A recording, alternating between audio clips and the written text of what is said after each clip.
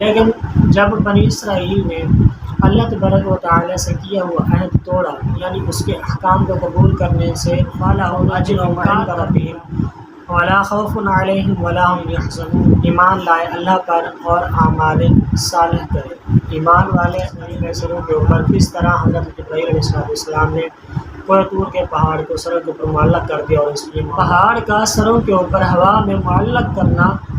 کر دینا یا معلق کر دیا جانا، یہ اللہ تبارک و تعالیٰ کی قدرت کی قوی دلیل ہے، اور یہ اس بات کی طرف اشارہ کرتی ہے کہ وہ اللہ تبارک و تعالیٰ وہ وحدہ لا شریک ذات ہے، اور وہی قادر مطلق ذات ہے، اس کا ہی حکم چلتا ہے، وہ جس کو جہاں چاہے، جس وقت چاہے، جس طرح کا چاہے۔ بسم اللہ الرحمن الرحیم، احمد و صلی وسلم علی رسول الکریم، اما بعد فاعوذ باللہ من الشیطان الرجیم، بسم اللہ الرحمن الرحیم۔ ناظرین، ہم نے گزشتہ سبق کے اندر پڑھا تھا کہ کس طرح بنی اسرائیل کے اوپر ذلت اور رسوائی مسلط کر دی گئی اور اس کی وجہ کیا تھی۔ آج کے سبق میں ہم جو پڑھنے والے ہیں وہ یہ ہے کہ بنی اسرائیل کے سروں کے اوپر کس طرح حضرت جبرائیل علیہ السلام نے کوہ طور کے پہاڑ کو سروں کے اوپر معلق کر دیا، اور اس لیے معاملہ کیا تھا۔ تو اللہ تبارک و تعالیٰ ارشاد فرمایا، ان الذین آمنوا والذین ہادوا والنصارى والصابئین من آمن باللہ والیوم الآخر وعمل صالحا فلہم اجر عند ربہم ولا خوف علیہم ولا ہم یحزنون۔ بے شک وہ لوگ جو ایمان لائے، یہودی، نصرانی اور ستارہ پرست، ان میں سے جو بھی ایمان لائے اللہ پر اور اعمال صالح کرے۔ ایمان والے الریڈی ایمان لا چکے ہیں اور اعمال صالحہ کریں، اور یہودی اور نصرانی اور ستارہ پرست ایمان لائے اللہ پر، یوم آخرت پر، اعمال صالح کریں، تو فَلَهُمْ أَجْرٌ عِنْدَ رَبِّهِمْ وَلَا خَوْفٌ عَلَيْهِمْ وَلَا هُمْ يَحْزَنُونَ، تو ان کے لیے ان کا اجر ان کے رب کے پاس ہے، اور نہ انہیں کچھ غم ہو، نہ اندیشہ ہو، اور نہ وہ غمگین ہو۔ آگے فرمایا، وَإِذْ أَخَذْنَا مِيثَاقَكُمْ وَرَفَعْنَا فَوْقَكُمُ الطُّورَ خُذُوا مَا آتَيْنَاكُمْ بِقُوَّةٍ وَاذْكُرُوا مَا فِيهِ لَعَلَّكُمْ تَتَّقُونَ، اور یاد کرو جب ہم نے تم سے عہد لیا، وَإِذْ أَخَذْنَا مِيثَاقَكُمْ، جب ہم نے تمہیں سے عہد لیا، وعدہ لیا، وَرَفَعْنَا فَوْقَكُمُ الطُّورَ، اور ہم نے طور کو تمہارے اوپر بلند کیا، خُذُوا مَا آتَيْنَاكُمْ بِقُوَّةٍ وَاذْكُرُوا مَا فِيهِ لَعَلَّكُمْ تَتَّقُونَ، کہ لو جو ہم تم کو دیتے ہیں مضبوطی کے ساتھ، اور یاد کرو اس کے مضمون کو، لَعَلَّكُمْ تَتَّقُونَ، اس امید پر کہ تمہیں پرہیزگاری ملے۔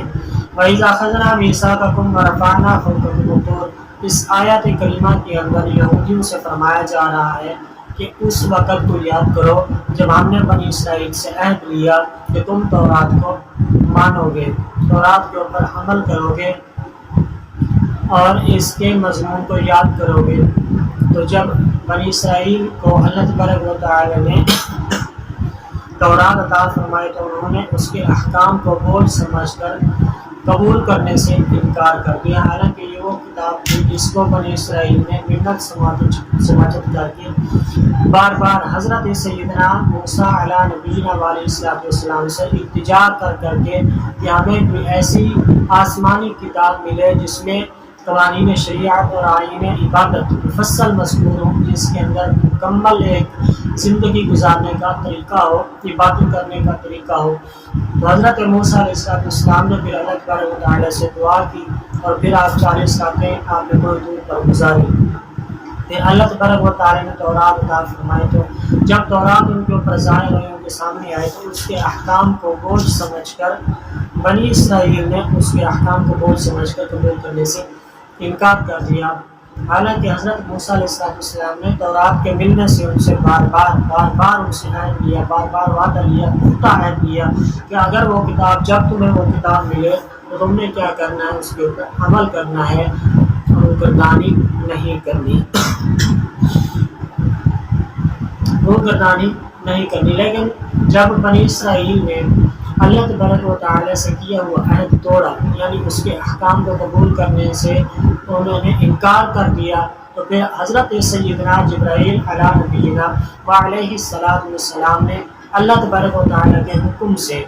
کوہ طور کے پہاڑ کو اٹھایا اور ان کے سروں کے اوپر ہوا میں معلق کر دیا،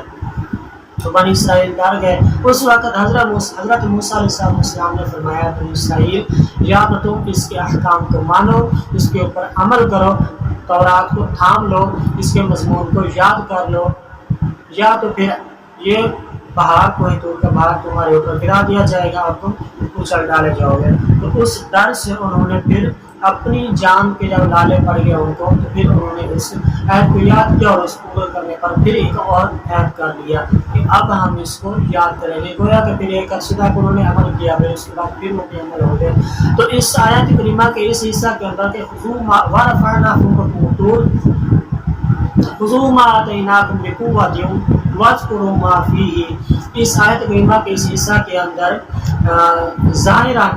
یہ بتایا جا رہا ہے کہ عہد کو پورا کرنے پر ان کو مجبور کرنا پڑ جا رہا ہے، لیکن در حقیقت یہ بات نہیں ہے۔ در حقیقت بات یہ ہے کہ پہاڑ کا سروں کے اوپر ہوا میں معلق کر دینا یا معلق کر دیا جانا یہ اللہ تبارک و تعالیٰ کی قدرت کی قوی دلیل ہے، اور یہ اس بات کی طرف اشارہ کرتی ہے کہ وہ اللہ تبارک و تعالیٰ وہ وحدہ لا شریک ذات ہے اور وہی قادر مطلق ذات ہے، اس کا ہی حکم چلتا ہے، وہ جس کو جہاں چاہے جس وقت چاہے جس طرح چاہے کر دے۔ اور دوسری بات اس کے اندر جو ہمیں سمجھ آ جاتی ہے، جو ہمیں سبق ملتا ہے، وہ یہ ہے کہ حضرت سیدنا موسیٰ علیہ السلام اللہ تبارک و تعالیٰ کے سچے رسول ہیں، چونکہ انہوں نے حضرت موسیٰ علیہ السلام سے کہا بنی اسرائیل نے کہ ہمیں وہ کتاب عطا کی جائے جس کے اندر آئین عبادت مفصل مذکور ہو، تو جب وہ کتاب عطا کی گئی تو انہوں نے اس کو ماننے سے انکار کر دیا۔ تو اس طرح حضرت موسیٰ علیہ السلام نے بھی ان سے عہد لیا کہ جب وہ کتاب آئے تو تم اس پر عمل کرنا، انہوں نے اس کی نافرمانی کر دی، تو اللہ تعالیٰ کے رسول کی نافرمانی تھی تو اللہ تبارک و تعالیٰ کو پسند نہیں آئی۔ تو اس سے پتہ چلتا ہے حضرت موسیٰ علیہ السلام اللہ تعالیٰ کے سچے رسول ہیں، اور دوسرا ان کی اطاعت ہی اللہ تبارک و تعالیٰ کو مطلوب ہے، نہ کہ اللہ تبارک و تعالیٰ کا مقصد کوئی اور ہے، چونکہ اللہ تبارک و تعالیٰ کے سامنے کوئی کھڑا بھی ہو سکتا ہے، کوئی کھڑے ہوئے ہیں۔ گزشتہ ماضی میں نمرود اپنے طور پر انہوں نے خدائی کا دعویٰ کر دیا، تو اللہ تبارک و تعالیٰ نے نمرود کو، شداد کو، قارون کو، فرعون کو اس وقت تک تباہ و برباد نہیں کیا جب تک کہ ان کے سامنے نبی نہیں آیا۔ فرعون نے نافرمانی کی حضرت موسیٰ علیہ السلام کی، انجام اس کا برا ہوا۔ فرعون نے حضرت موسیٰ علیہ السلام کی نافرمانی کی، اس کا انجام برا ہوا۔ نمرود نے نافرمانی کی حضرت ابراہیم علیہ السلام کی، اس کا انجام برا ہوا۔ قارون نے حضرت موسیٰ علیہ السلام کی نافرمانی کی، اس کا انجام برا ہوا۔ تو اللہ تبارک و تعالیٰ کے سامنے جب کہ کھڑا ہو جاتا ہے اور اپنی قدرت کا وہ کہتا ہے کہ میں خدا ہوں، تو اللہ تبارک و تعالیٰ فرماتا ہے کہ میری شان کے لائق نہیں کہ میں ان کو جواب دوں، ہاں البتہ جب ان کے اوپر میں ظاہر کر دیتا ہوں یہ میرے نبی کی، جس کی حکم کی تکمیل کے لیے میں نے ان کو سبق سکھایا، جس کی اطاعت کی میں نے ان کو حکم دیا، اس کی نافرمانی کریں گے تو میں تو ان سے پیار کرتا ہوں، ان سے کیوں کروں گا، ان سے کیوں کرتا ہوں، میں تو ان سے پیار کرتا ہوں۔ تو جب جن کے حکم کی تعمیل کے لیے میں ان کو کہتا ہوں، جب اس کی تعمیل نہیں کرتے تو پھر اللہ تبارک و تعالیٰ عذاب دیتا ہے۔ تو اس آیت کریمہ کے اندر بھی ورفعنا فوقکم الطور، پہاڑ کا سروں کے اوپر معلق ہو جانا، حضرت جبرائیل علیہ السلام کا اللہ تبارک و تعالیٰ کے حکم سے اس کو غلام کر دینا سروں کے اوپر، یہ اللہ تبارک و تعالیٰ کی طرف سے اس بات کا اشارہ ہے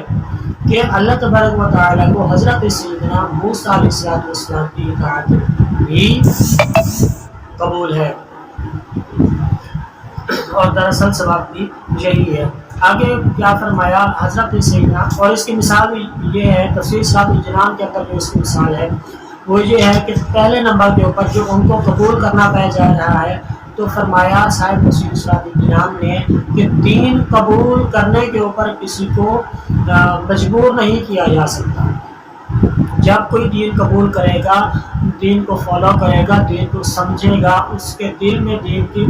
الفت جاگے گی، محبت ہوگی، تب وہ دین کے اندر قبول آئے گا، دار اسلام کے اندر آئے گا۔ لیکن جب وہ اپنی خوشی خوشی سے، اپنی رضامندی سے جب کوئی دین قبول کر لیتا ہے، تو دین قبول کرنے کے بعد دین کے تمام احکامات اس کے اوپر لازم ہو جاتے ہیں، تو ان کے اوپر عمل کرنا اب اس کے اوپر لازم ہے، اور اس کے اوپر عمل کرنے پر اس کو مجبور کیا جائے گا، جس طرح کے علماء کرام نے فرمایا کہ اپنی اولاد کو نماز کے لیے، ادب سکھانے کے لیے ان کے اوپر ڈنڈے کا استعمال کرو، یعنی ان کو مجبور کرو کہ وہ نماز پڑھیں، ان کو مجبور کرو کہ وہ شریعت کے احکام تمام کے اوپر عمل کریں۔ حضرت علامہ اسماعیل حقی رحمہ اللہ تعالیٰ اس آیات کریمہ وضاحت میں اس کے بارے میں فرماتے ہیں کہ اللہ تبارک و تعالیٰ کی کتابوں سے مقصود، تورات، زبور، انجیل، قرآن پاک سے مقصود ان کا فقط زبان سے بھی ترتیب پڑھنا مقصود نہیں ہے، بلکہ ان کے تقاضوں کے مطابق زندگی بسر کرنا مقصود ہے۔ تو بندوں کا فقط زبان سے قرآن پاک کے پڑھتے رہنا حقیقی طور پر فائدہ مند نہیں ہوتا۔ حقیقی طور پر فائدہ مند اس وقت ہوگا جب کوئی قرآن پاک کو پڑھے گا بھی اور اس کے تقاضوں کے مطابق عمل کر کے دکھائے گا، تب اس کو حقیقی طور پر فائدہ ہوگا۔ حضرت علامہ اسماعیل حقی رحمہ اللہ تعالیٰ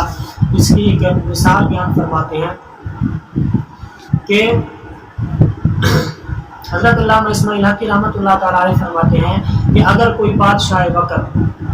اپنی کسی سلطنت کے کسی شہر کے کسی حکمران کو ایک خط لکھتا ہے کہ فلاں شہر کے اندر میرے لیے اس ٹائپ کا ایک محل تعمیر کرو، اب وہ خط اس حکمران تک پہنچا، اس نے کیا کیا، خط کو کھول کر اس نے دیکھا، ادب کے ساتھ اس نے پڑھا کہ بادشاہ وقت کا خط ہے، اس نے پڑھا، پڑھ کے ادب و احترام کے ساتھ اس نے اس کو ٹھپ کے اس نے رکھ دیا اونچی جگہ کو۔ دوسرا دن آیا، اس نے منہ دھویا، ہاتھ دھوئے، بالکل ادب احترام کے ساتھ خط کو اٹھایا، اس کو پڑھا کہ بادشاہ نے لکھا ہے کہ فلاں شہر کے اندر میرے لیے محل تعمیر کرو۔ اس نے پڑھا، پڑھ کے پھر اس کو رکھ دیا۔ پھر تیسرے دن اس نے ہوتا ہے روزانہ ڈیلی بیس پہ اس کو پڑھتا رہا، اس کو مضمون یاد ہو گیا، ازبر ہو گیا، لیکن اس نے عمل نہیں کیا۔ بادشاہ نے حکم دیا تھا کہ فلاں شہر میں میرے لیے محل تعمیر کرو، لیکن اس نے کیا کیا، بادشاہ کے مضمون کو، بادشاہ کے حکم کو، بادشاہ کے خط کو پڑھتا رہا، لیکن اس نے اس کے اوپر عمل نہیں کیا۔ فرمایا حضرت علامہ اسماعیل حقی رحمۃ اللہ تعالیٰ فرماتے ہیں قرآن پاک بھی اسی خط کی طرح ہے جس میں اللہ تبارک و تعالیٰ اپنے بندوں کو حکم دے رہا ہے کہ دائرہ اسلام کے اندر جب تم داخل ہوگا تو پھر اس کے جو چھوٹے چھوٹے محلات ہیں ان کی تعمیر کرو، اس کے ارکان کی تعمیر کرو، نماز، روزہ، حج، زکوٰۃ، حرام سے بچنا، حلال کھانا، حلال کمانا،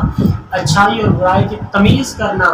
اچھے کام کرنا، ان کی تعمیر کرنا۔ حضرت علامہ اسماعیل حقی رحمۃ اللہ تعالیٰ فرماتے ہیں قرآن پاک کو بھی اسی نظر سے دیکھنا چاہیے، نہ کہ اس کو بے ترتیب پڑھتے رہنا۔ فرمایا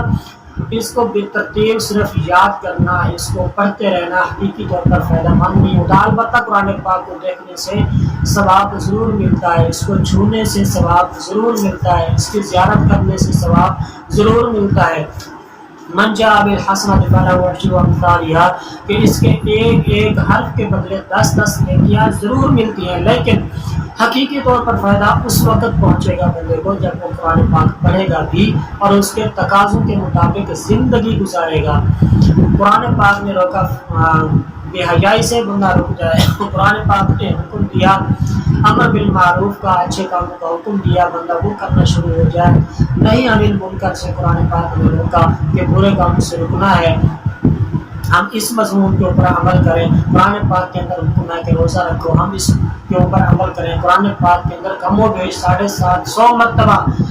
مختلف طرق سے اللہ تعالیٰ نے مختلف طریقوں سے اللہ تعالیٰ نے نماز قائم کرنے کا حکم دیا ہے، تو ہم اگر اس کے اوپر عمل کریں گے، قرآن پاک کو بھی پڑھیں گے اور اس کے تقاضوں کے مطابق، اس کے قوانین کے مطابق عمل کریں گے، زندگی پسند کریں گے، تو تب حقیقی طور پر ہمیں قرآن پاک کا جو فائز ہے وہ ہمیں ملنا شروع ہوگا، اللہ تبارک و تعالیٰ کی قربت ہمیں حاصل ہوگی، اور عمل کرنے سے اللہ تبارک و تعالیٰ ہمارے اندر کو، دل کو بھی صاف کر دے گا۔ وہ دعا ہے اللہ تبارک و تعالیٰ مجھے مجھے اور آپ سب کو قرآن پاک کو پڑھنے کی بھی توفیق عطا فرمائے اور ساتھ ساتھ اس کے اوپر عمل کرنے کی بھی توفیق و رفیق عطا فرمائے۔ انشاءاللہ ملیں گے آپ ایک نئی ویڈیو میں نئے سبق کے ساتھ، تب تک خیال رکھیے گا اپنا اور دعا میں یاد رکھیے گا ہمیں۔ اگر آپ یہ ویڈیو پسند آئے تو اس کو لائک ضرور کریے گا، اگر آپ اس چینل پر نئے ہیں تو سبسکرائب کرنا نہ بھولیے گا اور بیل آئیکن کو پریس کر کے اور ویڈیو کو ضرور پریس کریے گا تاکہ ہماری ہر آنے والی ویڈیو آپ تک ضرور پہنچتی رہے۔ آمین بجاہ نبی الامین صلی اللہ علیہ وسلم۔